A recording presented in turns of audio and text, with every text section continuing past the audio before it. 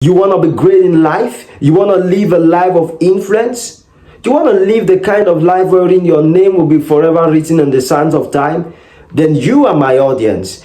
I know it's no more news in an attention-seeking generation that everyone wants to be in the spotlight. But I'm not here to talk about some celebrity influencer stuff, because I'm talking about real hardcore impact in the lives of day-to-day people, in the lives of your family members, in the life of the people in your community. I'm talking about the kind of impact that when people see many generations after, it will not be about the problems you created, it will be about the problems that you solved. And I'm going to be sharing with you 7 keys of what I call the 7 pillars of influence. And in this podcast, I'll be highlighting to you different men who have exemplified, who have embodied, who have with their life demonstrated these keys. So we have 7 of them. I'll just outline them, and in our next episode we'll go in depth into each of them. So there are 7 keys actually that stand out when it comes to the subject matter of positive influence. You have wealth, number 1. You have spiritual power. You have excellence. You have success in the area of your gift. Take note of that specific emphasis, success in the area of your gift. You have wisdom.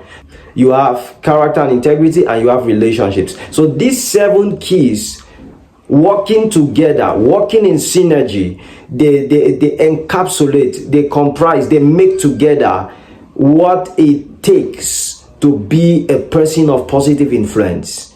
Well, there are people who may not capture all 7, but depending on their industry needs, they are able to capture maybe 5 of them. Some capture 4 of them, but in most cases you have to get a 5 on 7. Now there are industries where character and integrity really doesn't count for much.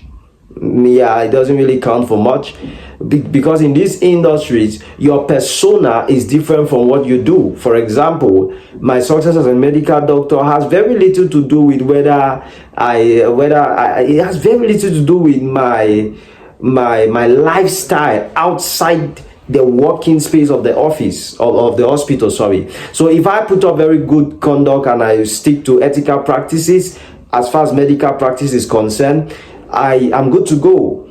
But you can't say the same of, say, a pastor and his integrity and character.